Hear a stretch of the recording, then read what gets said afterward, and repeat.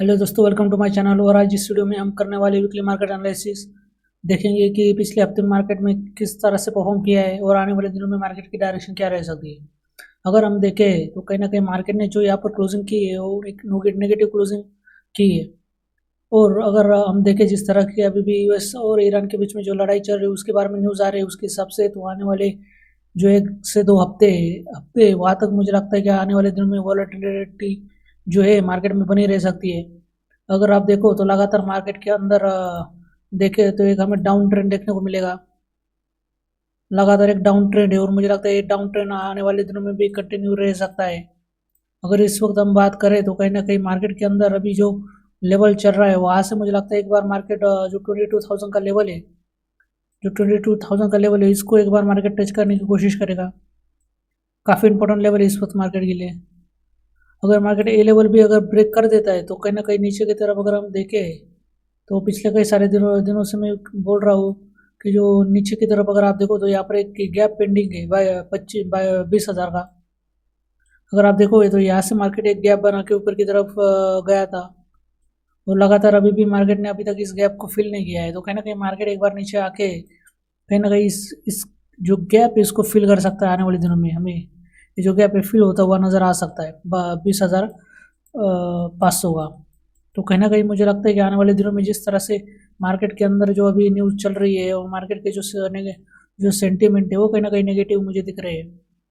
तो अगर आप देखो तो कहीं ना कहीं ये जो सेलिंग जो हो रही है लगातार ये आने वाले दिनों में भी हमें कंटिन्यू होती हुई नज़र आ सकती है। So this is my view on Nifty. अगर हम देखें एक बार बैंक निफ्टी भी देख लेते हैं। अगर बैंक निफ्टी देखें तो बैंक निफ्टी के अंदर भी अगर आप देखो तो कहीं ना कहीं आने वाले दिनों में 48,000 के जो लेवल है निकलते हुए नज़र आ रहे हैं। अगर उसके भी नीचे मार्केट चला जाता है तो 46,000 44,000 के लेवल भी आ सकते हैं।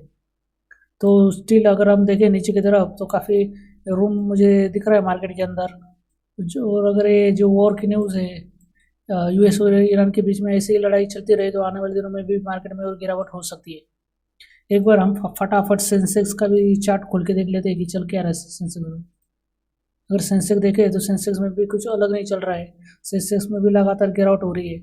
और अगर इस वक्त देखें तो लगभग 72,000 के आसपास यहाँ पर मार्केट ने कहीं ना कहीं यहाँ पर पहुँच चुका है और आने वाले दिनों में भी मुझे लगता है 70,000 और 70,000 के जो लेवल्स है, साथ में यहाँ पर जो गैप पेंडिंग है लगभग 67,000 के जो यहाँ पर गैप पेंडिंग है उसको मार्केट कहीं ना कहीं फिल कर सकता है। तो आने वाले दिनों में भी सेंसेक्स में भी काफ़ी नेगेटिव मुझे मूड दिख रहा है। पूरे मार्केट में ही पूरा नेगेटिव चल रहा है because of the this news. तो आने वाले दिनों में भी हमें एक काफ़ी वॉलेटिलिटी दिख सकती है। अगर हम बात करें इंडियन रुपीज़ की, USD US dollar versus Indian rupees की, तो कहीं ना कहीं इस हफ्ते के अंदर अगर आप देखो तो कहीं ना कहीं जो इंडियन रुपीज़ है उस मजबूत हुआ है। लगभग 92 रुपीज़ के आसपास चल रहा है इस वक्त। 92.50 के आसपास चल रहा है इंडियन रुपीज़। पर मुझे लगता है कि ज़्यादा दिनों तक यहाँ पर टिक नहीं पाएगा। ये फिर से यहाँ से एक अपसाइड मोमेंटम दे सकता है जैसे पहले भी इसमें जब जब गिरावट हुई है इंडियन रुपीज़ के अंदर फिर से इंडियन रुपीज़ एक अपसाइड मोमेंटम दे देता है। तो देखना पड़ेगा कि आने वाले दिनों में किस तरह से एक मोमेंटम दिख सकता है। अगर यूएस डॉलर अगर फिर से अगर मजबूत होता है और ये जो वॉलेटिलिटी फिर से बढ़ती है और जो फॉरेन इंस्टीट्यूशन इन्वेस्टर फिर से सेलिंग करते हैं बड़ी अमाउंट में तो फिर से इंडियन रुपीज़ कमज़ोर हो सकता है।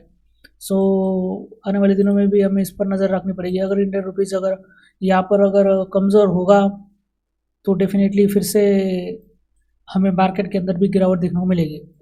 जैसे फ्राइडे को अगर आप देखो तो मार्केट ने फ्राइडे सॉरी थर्सडे को अगर आप देखो तो थर्सडे ने मार्केट में काफ़ी अच्छा अपसर मोमेंटम दिया। जैसे जैसे इंडियन रुपीज़ जो है नीचे की तरफ आया तो अगर ये फिर से ऊपर की तरफ बढ़ेगा तो इंडियन मार्केट में नीचे गिर सकता है।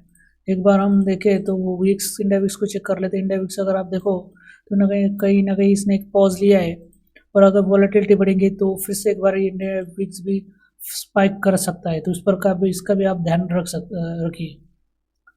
Depend on market volatility India VIX spike करेगा। अगर यूएस मार्केट देखे तो इतना कुछ खास हुआ नहीं है, ठीक है। एक तरह का साइडवेज टू बुलिश का एक मोमेंटम रहा है अब तक।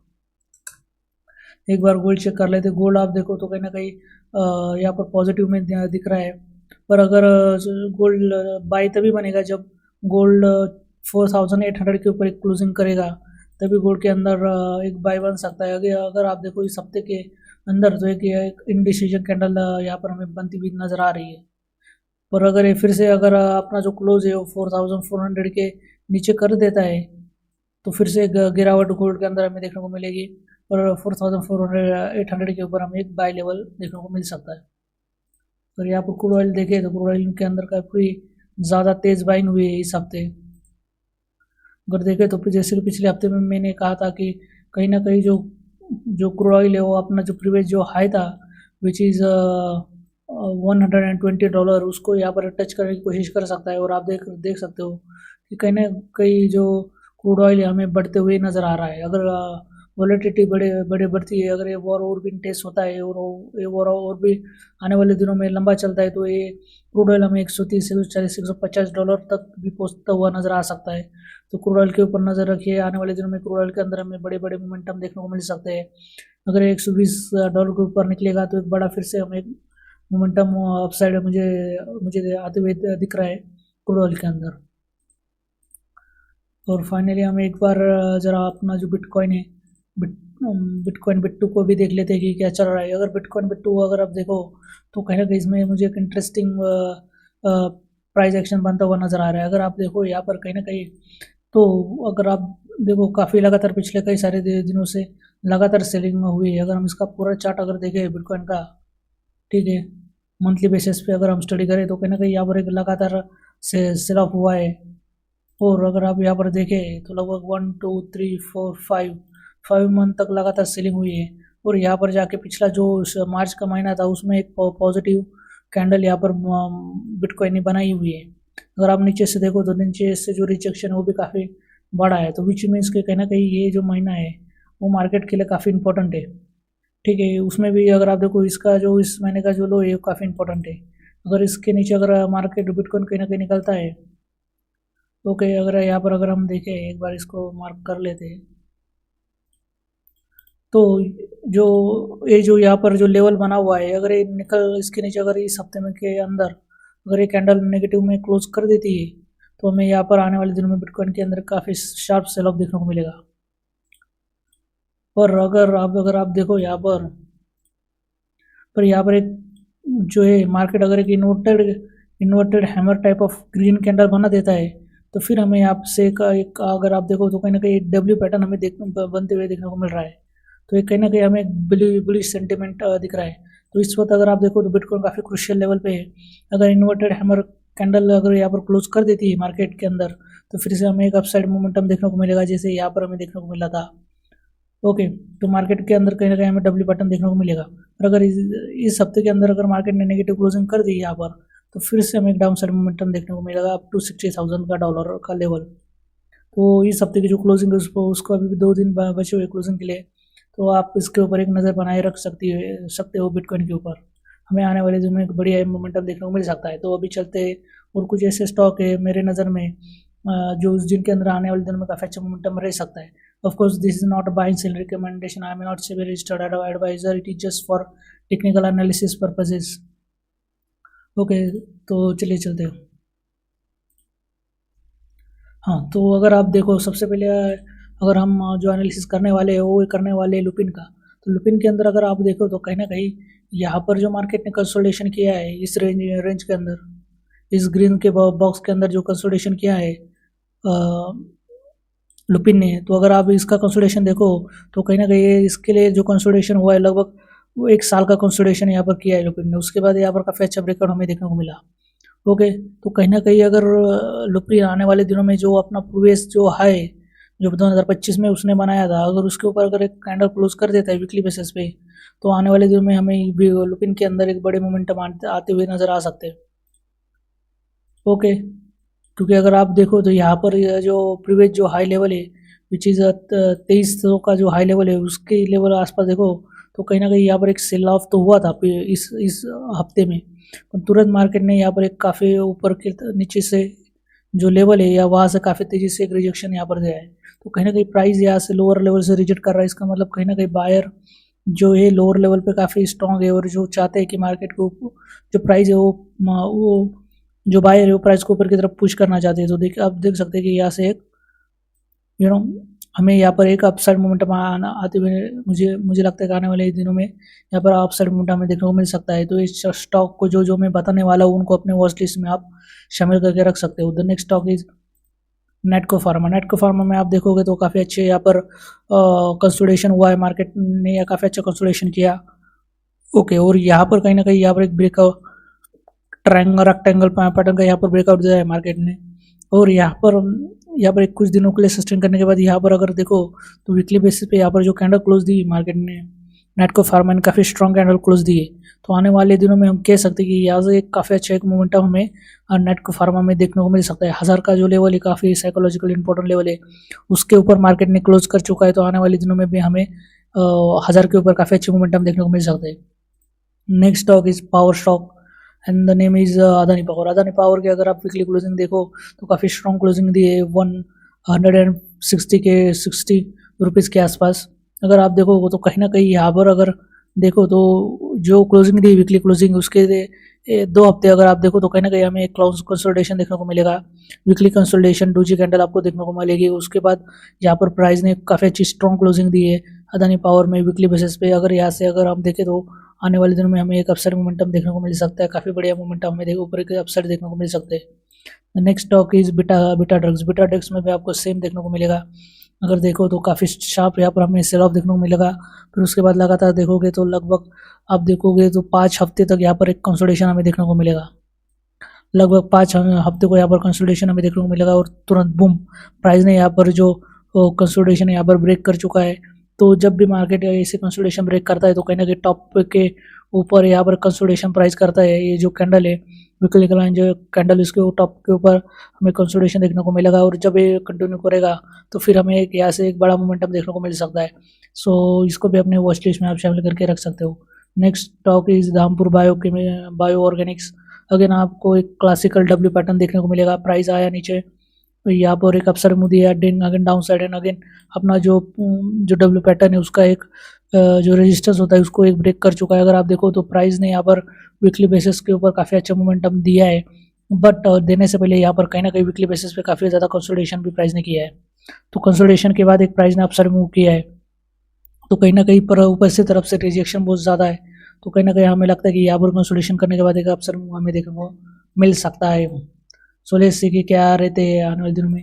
The next stock is D mart. Again काफ़ी अच्छा यहाँ पर कंसोलिडेशन लोअर लेवल पे काफ़ी ज़्यादा अच्छा वीकली बेसिस पे यहाँ पर कंसोलिडेशन हुआ है प्राइस। अगर आप देखो तो काफ़ी लंबा समय तक ये कंसोलिडेशन चला, उसके बाद यहाँ पर एक काफ़ी तगड़ा एक अपसाइड मूव दिया है। पर कहीं ना कहीं ये जो कैंडल है काफ़ी बड़ा है वीकली लेवल पे। अगर आप देखो तो कहीं ना कहीं ये अपसाइड कंसोलिडेशन करने के बाद आने वाले दिनों में हमें एक अपसाइड मूव देखने को मिल सकता है डी मार्ट के अंदर। सो इन सारे स्टॉक को जो मैं बता रहा हूँ उनको आप अपना वॉच लिस्ट में आप ऐड कर सकते हो, उसको प्राइस को ऑब्जर्व कर सकते हो। This is not by single recommendation. Next stock RPG ventures. I don't know ये कंपनी क्या करती है, पर इसके अंदर भी काफ़ी स्ट्रॉन्ग 2 हफ्तों से मोमेंटम हुआ है। ओके, आप चाहे तो इसको भी ट्रैक कर सकते हो। Next stock is bills GSV pharma. जब जब ऐसी वॉर सिचुएशन आती है तो हमेशा याद रखिए जो डिफेंसिव सेक्टर होते हैं वो काफ़ी अच्छे काम करते हैं, जैसे कि फार्मा हो गया, हेल्थ केयर सेक्टर हो गया। अगर ये स्टॉक देखे तो आप देखेंगे कि VS फार्मा जो स्टॉक है वो काफ़ी अपने जो प्रीवियस वीकली जो एक डोजी कैंडल था उसके ऊपर एक क्लोजिंग दे चुका है। तो आने वाले दिनों में हम कह सकते हैं कि काफ़ी अच्छे मोमेंटम हमें देखने को मिल सकता है, तो इसको भी आप ट्रैक कर सकते हो।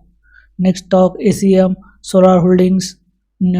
काफ़ी अच्छे से इसे यहाँ पर इसमें आप देखोगे तो बिल्डअप हुआ है, काफ़ी स्ट्रॉन्ग है, नीचे से यहाँ पर बाइंग आई है और एक अपसाइड मोमेंटम दे रहा है, तो इसको भी आप ट्रैक कर सकते हो।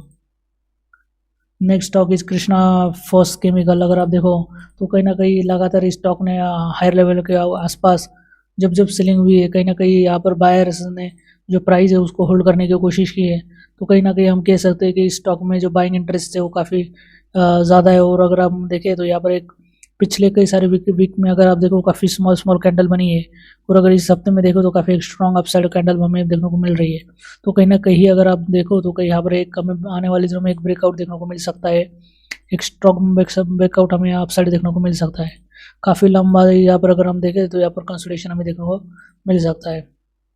The next stock is Aeroflex Industries, काफ़ी स्ट्रॉन्ग स्टॉक है, लगातार अपसाइड मोमेंटम दे रहा है ये स्टॉक।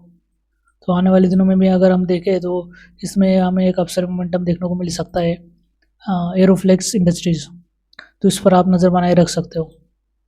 नेक्स्ट स्टॉक मध्य भारत एग्रो, काफ़ी अच्छा मोमेंटम दिया, निचले लेवल पे काफ़ी कंसोलिडेशन हो चुका है वीकली बेसिस पे, और उसके बाद इस हफ्ते में काफ़ी स्ट्रॉन्ग इसने एक अपसाइड मोमेंटम दिया। तो कहीं ना कहीं हम कह सकते हैं कि इसमें आने वाले दिनों में भी एक मोमेंटम रह सकता है, जो आने वाले दिनों में अच्छे टारगेट हमें देखने को मिल सकते हैं। CCL प्रोडक्ट अगेन अपने जो प्रीवियस हाई लेवल था जो नवंबर 2025 में बनाया था उसको ऊपर ही क्लोज कर चुका है। अगेन एक बार ट्राई किया था, उसके बाद फिर से सेल ऑफ आ गया, फिर से ट्राई कर रहा है, so which is good. Next stock Axiscades Engineering Technologies, again consolidation और एक अच्छा काफ़ी अच्छा ब्रेकआउट हमें देखने को मिल रहा है, तो हम कह सकते हैं कि आने वाले दिनों में भी ये मोमेंटम कंटिन्यू रह सकता है। Next stock Lloyds Metals, again very good momentum, अगर आप देखो तो कंसोलिडेशन के बाद काफ़ी वीकली बेसिस पे काफ़ी स्ट्रॉन्ग क्लोजिंग यहाँ पर मिली है हमें। CP प्लस अगेन स्टॉक है जो न्यूज़ बेस्ड स्टॉक है, काफ़ी अच्छे अगस्त 2025 में इसका IPO आया था, उसके बाद काफ़ी अच्छा मोमेंटम इसने दिया है। अगर देखो तो रिसेंटली न्यूज़ थी कि गवर्नमेंट ने कई सारे जो चाइनीज़ जो CCTV कैमरा मेकर है उनको बैन कर दिया है, तो मुझे लगता है कहीं ना कहीं CP प्लस इसी तरह का CCTV कैमरा बनाने का काम करता है, तो मुझे लगता है कि इसमें आने वाले दिन में हमें अपसाइड मोमेंटम देखने को मिल सकता है। Next stock very famous stocks जो 17 साल के बाद ब्रेकआउट कर रहा है, which name is Venus remedies, अगर आप देखो तो कहीं ना कहीं काफ़ी स्ट्रॉन्ग यहाँ पर ब्रेकआउट किया, काफ़ी प्राइस स्ट्रॉन्ग मोमेंटम दिया, उसके बाद फिर से जो लेवल है ब्रेकआउट लेवल उसको टेस्ट कर रहा है स्टॉक, और फिर से एक अपसाइड मोमेंटम हमें देखने को मिल सकता है अगर ये अपना प्रीवियस हाई निकाल देता है तो इस स्टॉक के ऊपर नज़र बनाए रखिए। 17 सालों के बाद भी ब्रेकआउट दे रहा है, और मुझे लगता है कि आने वाले दिनों में भी ये काफ़ी अच्छा में एक अपसाइड मोमेंटम देते हुए नज़र आ सकता है। Next stock is another strong stock, ये सिम एसी आप देख सकते हो उसका सिंबल। ओके, अगर देखो तो काफ़ी हायर लेवल पे ब्रेकआउट लेवल के आसपास काफ़ी कंसोलिडेशन कर चुका है, उसके बाद एक काफ़ी वीकली बेसिस पे काफ़ी स्ट्रॉन्ग यहाँ पर क्लोजिंग दे रहा है, तो कहीं ना कहीं आने वाले दिनों में भी हम कह सकते हैं कि इसमें भी हमें मोमेंटम देखने को मिल सकता है। So this is all our stocks which are have good momentum, और आने वाले दिनों में भी एक मोमेंटम हमें देखने को मिल सकता है। सो इसको अपने वॉच लिस्ट में शामिल करके रखिए। Again I am not SEBI registered advisor, it is just my technical analysis. अगर आपको ये एनालिसिस अच्छा लग रही है, जो मैं प्राइस रीडिंग आपको करके दिखा रहा हूँ आपको अच्छा लग रहा है, तो please like share subscribe this channel, share this video. Thank you for watching. See you again. Bye bye. See you again. Tata.